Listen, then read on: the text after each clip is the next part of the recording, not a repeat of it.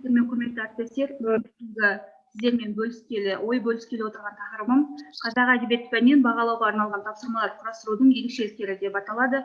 Мен Тұрар Рысқұлов ауданы Абай атындағы орта мектебінің мұғалімі Тәтебекова Айнұр Ардабекқызы боламын. Енді критериалды бағалау кезінде оқушылардың үлгерімін алдын ала белгіленген критерийлердің арқылы білу керек дейді. Енді бізде бағалау тапсырмасын құрастырмас бұрын біз бағалау қағидаттарын білуіміз керек болатынбыз. Бағалау қағидаттары оқыту мен бағалаудың өзара байланысы, шынайылық, ашықтық, валидтілік, ашықтық, нақтылық, үздіксіздік, дамытуға бағытталу. Осы қағидаттарды ұстаздар міндетті түрде есте ұстауы қажет. Енді бағалау тапсырмаларын құрастыруда ойлау дағдыларының деңгейін ескеру қажет. Блум таксономиясының деп ойлаймын. Енді тапсырмаларды айтты жаңа. Бұл бізде ашық және жабық тапсырмалар деп бөлінеді. Жабық тапсырмалар бірінші қабылдауға қатысты тапсырмалар. Бұл тапсырмалардың мақсаты зерделеу материалын түйсініп қабылдау және түсінуді тексеру болып табылады. Екінші тапсырма шындық жалған тапсырмасы. Ол тұжырым түрінде берілетін жабық тапсырма. Оқушылар берілген тұжырымның ақиқат немесе жалған екенін анықтауы қажет. Ол негізінен білу және түсіну дағдысын тексеру үшін қолайлы болып табылады. Үшінші тапсырма салыстыру және сәйкестендіру тапсырмасы. Сәйкестендіруге қатысты сұрақтар оқиға, мерзім, атаулар мен оқиға болған жерлерді білу маңызды болып саналатын жағдайды білімді тексерудің барынша тиімді тәсілі болып табылады. Төртінші тапсырма көп таңдауы бар тапсырма. Бұнда оқушылар жауабы ұсынылған тізімнің көлемінде шектелген дәйекті жауабы берілген сұрақ түріндегі тапсырма. Тапсырма екі компоненттен тұрады. Бұл тапсырманың мәтіні және жауап нұсқалары. Мұндағы дұрыс жауапты тапсырманың кілті деп атаймыз да, ал дұрыс емес жауаптарды дистракторлар деп атаймыз. Енді екінші сәйкестендіру тапсырмасы. Бұл сәйкестендіру тапсырмасы негізінен оқушыларға өте ыңғайлы және оңай тапсырма болып табылады орындауға. Енді сәйкестендіру тапсырмасы мен 5-ші сыныпқа сәйкестендіру тапсырмасын көрсетейін деп отырмын. Бұл 5-1-2-1 оқу мақсаты бойынша әдеби шығарманың жанрына қарай фабуласы мен сюжеттік дамуын сипаттау. Бағалау критерийі әдеби шығарманың жанрына қарай фабуласы мен сюжеттік дамуын сипаттайды. Мен тапсырма ретінде Керқуатов Кендебай ертегісінің сюжетін сипаттайтын сюжеттік суреттер мен оқиғаларды сәйкестендіріңіз деп алдым. Бұл жерде сюжеттік суреттер берілген, және 5-ші сыныптың оқушысына бұл сюжеттік суреттерді сәйкестендіру өте қызықты деп ойлаймын. Ал енді жоғары сынып оқушысына, 10-ші сыныптың оқушысына мынандай сәйкестендіру тапсырмасын берсек болады. Мысалға, Абай Құнанбайұлының сегізаяқ өлеңін сәйкестендіріңіз. Бұл жерде өлеңнен үзінділер берілсе, үзіндінің жалғасын келесі кестеде тұр, соны оқушылар сәйкестендіреді. Енді шындық жалған тапсырмасы. Бұл шындық жалған тапсырмасы, бұл 5-ші сыныптан алып отырмын. Керқуатов Кендебай ертегісінің мазмұны бойынша ақпараттың шындық жалған екенін ажыратыңыз деп тұр. Бұл жерде тұжырымдамалар беріп тұр, ертегіден үзінді. Сол шындық жалған екенін оқушылар ажыратуы шарт.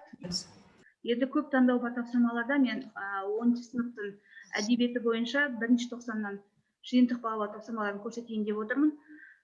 90-дық жиынтық бағалаудың тапсырмасын. Бұл жерде 2 нұсқа бойынша әзірленген, ол 2-ші нұсқа бойынша 1-ші бөлім.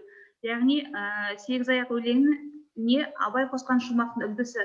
Бұл өлеңнің әр шумағы 8 жолдан тұрады. Өлеңнің арқақты құрылысы да өзгеше деген пікірдің авторы.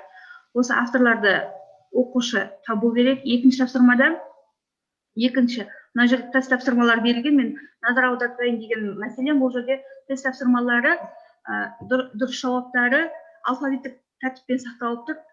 Одан кейін жылмен берілген, цифрмен берілген сандар өсу ретімен берілгеніне назар аудару керек деп ойлаймын. Енді ашық типті тапсырмалар. Ашық типті тапсырмалар негізінен екіге бөлінеді. Қысқа жауапты қажет ететін тапсырмалар, содан кейін толық жауапты қажет ететін тапсырмалар деп. Қысқа жауапты қажет ететін тапсырмаларда оқушылар бірнеше сөзді, бір сөйлемді, қарапайым сызбаны немесе формуланы қолдана отырып, сұрақтарға қысқа және нақты жауап беруі қажет. Ал толық жауапты қажет ететін тапсырмаларда бірнеше кезеңдерден тұрады. Бұлардың негізгісі болып, бұл эссе болып табылады. Яғни енді ашық тапсырма әзірлеуде ескерілетін жайттар. Нені ескеру қажет? оқушылардың қателесуіне себеп болатындай күрделі немесе шашыраған тапсырмаларын беруден аулақ болған дұрыс. Екінші, оқушының жағымсыз әрекетін туындататын тұжырымдардан аулақ болу қажет. Үшінші, тапсырманың мазмұнында оқушылардың көңіл күйіне әсер ететіндей болмаған дұрыс. Тақырыптар таңдаған кезде отбасында қиын жағдай, әлеуметтік және діни мәселе, табиғи және техногендік өзгерістер, соғыс және терроризм, нашақорлық, ауыр науқас, өлім және тағы басқа тақырыптарды таңдамаған дұрыс деп ойлаймын. Енді ашық тапсырмалардың үлгілерін мен толық ашық тапсырманың үлгісі, соның ішінде толық жауапты қажет ететін тапсырманы үлгісін көрсетіп отырмын. Бұл жерде 10-шы сыныптан ақынның жалғыз қалдым тапшының деуінің себебін 5-6 сөйлеммен талдап жазыңыз.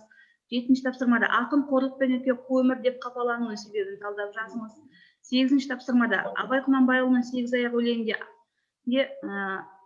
ақыл сөздерге айналып кеткен өлең жолдарын дәлелдеп жазыңыз. 9-ші тапсырмада қалың елім қазағым қайран жұртым өлеңінде халқының мінез құлқына, түр сипатына баға беруінің себебін 5-6 сөйлеммен дәлелді түрде жазыңыз. 10-ші тапсырма 32-ші қара сөзіндегі талаптың шарттарын талдап жазыңыз. Осы тапсырмалар менде толық жауапты қажет ететін тапсырмалар болып табылады. Енді осы бағалауға, бөлім бойынша жиынтық бағалауға құрастыру бойынша айтып кететін болсам, бұл 10-шы сынып бойынша, қазіргі 4-ші тоқсан бойынша тарих тағылымы бөлім бойынша жиынтық бағалау тапсырмалары. Бұл жерде екі нұсқада әзірлеген, соның бірінші нұсқасы оқылатын шығарма, Ильхам Мұртазаның Бесеудің хаты шығармасы, оқу мақсаты ретінде 10-1-5-1 ұлттық құндылықтардың маңыздылығын контексттермен үндестіру. Екінші оқу мақсаты 10-3-1-1 шығарманың тарихи және көркемдік құндылығын анықтап бағалау. Бұл жерде бағалау критерийі ұлттық құндылықтарды контексттермен байланыстырады, шығарманың тарихи және көркемдік құндылығын анықтап пікір білдіреді. Ойлау дағдысының деңгейі қолдану болып табылады. Орындау уақыты 15-20 минут. Енді бірінші тапсырма. Бірінші тапсырмада мен Ильхам Мұртазаның Бесеудің хаттамасындағы Тұрар Рысқұловтың бейнесі арқылы дәріптелетін ұлттық құндылықтарды анықтап, шығармадан мысал келтіріңіздерін. Оқушылар ұлттық құндылықты анықтау керек, ал мен драмадан мысал келтіріп қойдым. Енді екінші тапсырмам Ильхам Мұртазаның Бесеудің хаттамасындағы Тұрар Рысқұловтың, Ғабит Мүсіреповтің Нұрхан образдары арқылы дәріптелетін құндылықтың қазіргі қоғам үшін қаншалықты маңызды екенін дәлелдеңіз деген 5-6 сөйлеммен жаз деген тапсырма бердім. Үшінші тапсырмада оқушылар Ильхам Мұртазаның Бесеудің хаттамасының тарихи және көркемдік құндылығын анықтап, ойыңызды 4 сөйлем әдісі арқылы жеткізіңіз. Оқушылар осы 4 сөйлем әдісі арқылы тарихи құндылығын және көркемдік құндылығын анықтап баға береді. Енді бағалау критерийі ұлттық құндылықтарды контекстімен байланыстырады. Мұнда екі бағалау критерийі. Дауысы мүлде естілмей қалды бұл жаққа. Дауысы естілмейді. Енді қосылып тұрған сияқты. Кейіпкер бейнесі арқылы дәріптелетін үш құндылықты анықтайды. Бірінші критерийі, бірінші дескрипция. Құндылықтың маңыздылығы. Үшінші, образдар арқылы дәріптелген құндылықты анықтайды. Төртінші, шығармадан дәлел келтіреді. Екінші бағалау критерийі бойынша тарихи құндылығын анықтайды. Көркемдік құндылығына мысал келтіреді. Үшінші, өз ойымен байланыстырады. Төртінші, 4 сөйлем арқылы өз ойын дәлелдеп мысал келтіреді. Осы тапсырманың соңында оқушы 10 балл жинауы керек. Енді осы рубрика беріліп тұр бұл жерде. Келесі, яғни екі нұсқада болғаннан кейін, бірінші нұсқада оқу мақсаты бірдей, екі нұсқада да, бірақ тапсырмалар әртүрлі болады. Бірінші тапсырмада Ильхам Мұртазаның Бесеудің хаттамасындағы Тұрар Рысқұловтың, Ғабит Мүсіреповтің Нұрхан бейнелері арқылы дәріптелетін ұлттық құндылықтарды анықтап, шығармадан мысал келтіріңіз. Бұл жерде драманың 3 кейіпкерін алдым. Драмадан мысал келтіріп, оқушылар сол арқылы ұлттық құндылықты анықтауы керек. Екінші тапсырмада, және бірінші тапсырмада 4 сөйлем әдісі болса, екінші тапсырмада мен фокус формуласы арқылы оқушы береді, орындайды тапсырманы, ал үшінші тапсырмада Ильхам Мұртазаның Бесеудің хаттамасынан тарихи және құндылықтарға пікір білдіреді. Қазіргі сөйлеген әріптес микрофоныңызды өшіріп қойыңызшы. Айнұр әпке, бір минут тұра тұрыңыз. Кенжебекова, құрметті әріптестер, Кенжебекова, қай ауданнан өшіріп қойыңызшы микрофоныңызды. Барып орын тұр ғой, құрметті әріптестер. Жақсы, Айнұр әпке жалғастыра беріңіз. Енді бағалау критерийінде екі топтың тапсырмасы екі түрлі болғаннан кейін бағалау критерийі бір, бірақ дескрипторлары әртүрлі болады. Кейіпкер бейнелер арқылы дәріптелген құндылықтарды анықтайды.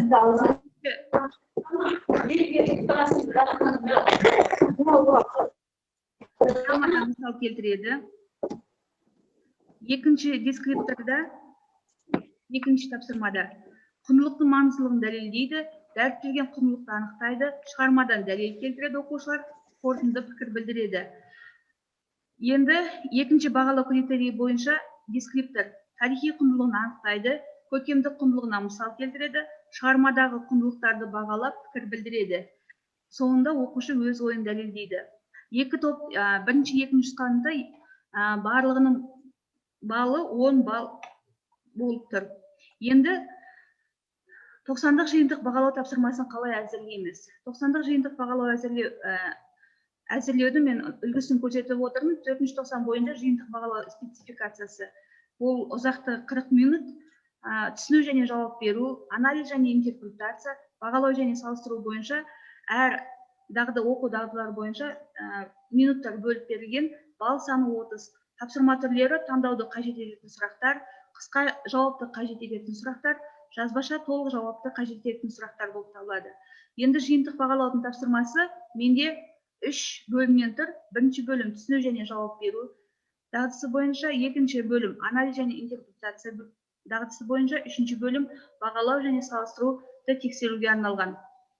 Енді 90-дық жиынтық бағалау тапсырмаларының сипаттамасы міндетті түрде болу керек. Енді бірінші нұсқа, бірінші бөлім. Бірінші нұсқада оқушылар бірінші бөлімде Сталинге хат, бесеудің хаты. Бір тақырыпты халықты трагедияны екі тарихи тұлғаның өмірлік шындығы арқылы көрсетуге құрылған драма-дилогия. Шерхан Мұртазаның бесеудің хаты драмасы туралы пікірін авторын анықтаңыз. Бұл жерде қарап байқап отырсаңыздар, әріптестер, жауап нұсқалары, тест жауап нұсқалары барлығы дистрактор алфавиттік тәртіппен жасалған. Екінші тапсырма Шерхан Мұртазаның бесеудің хаты драмасының прологы кімдердің диалогынан басылатын табыңыз. Голощекин мен Құрамысов, Нұрхан мен Ғабит Мүсірепов, Ғабит Мүсірепов пен Тұрар Рысқұлов, Сталин және Тұрар Рысқұлов. Осылайша үшінші тапсырма берілген. Төртінші тапсырмада оқушылар Жарқын Бөдешұлының жалғыз поэмасынан берілген үзіндіде ерекшеленген сөздің қандай көркемдегіш құрал екенін табыңыз. Бұл жерде оқушылар ерекшеленген сөздің қандай көркемдегіш құрал екенін анықтайды. Бесінші тапсырма Жарқын Бөдешұлының жалғыз поэмасынан берілген үзіндіде ерекшеленген сөздің қандай көркемдегіш құрал екенін табыңыз. Екеуінің тапсырма бірдей болғанмен, бірақ көркемдегіш құралдар екі түрлі.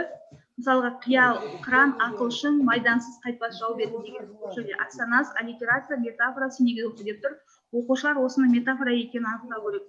Енді 3 бөлімнен тұр дедім ғой жаңа ТЖБ тапсырмасы. Соның екінші бөлімі бұл жерде 6-шы тапсырмадан басталады. Шерхан Мұртазаның бесеудің хаты драмасының композициялық ерекшелігіне талдау жасайды. Нәтижесінде оқушы 5 балл алады. 7-ші тапсырмада Шерхан Мұртазаның бесеудің хаты драмасындағы Тұрар Рысқұловтың іс-әрекетін талдап жазыңыз. 5 балл. 8-ші тапсырмада Жарқын Бөдешұлының жалғыз поэмасындағы тұлғалардың әдебиеттегі тарихтағы орнын дәлелдеп жазыңыз.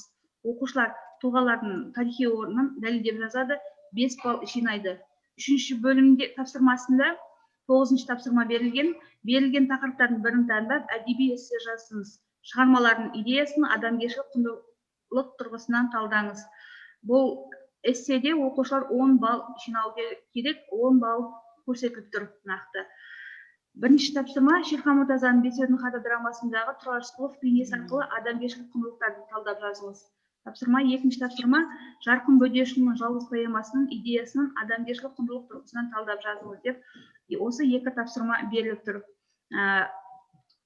90-дық жиынтық бағалаудың соңында оқушыларға балл қою кестесі ұстаз үшін беріледі, бірақ оқушылар үшін емес. Ұстаз тексеру үшін білу керек деп ойлаймын. Осы кесте берілген соңында. Енді жалпы айтатыным осы.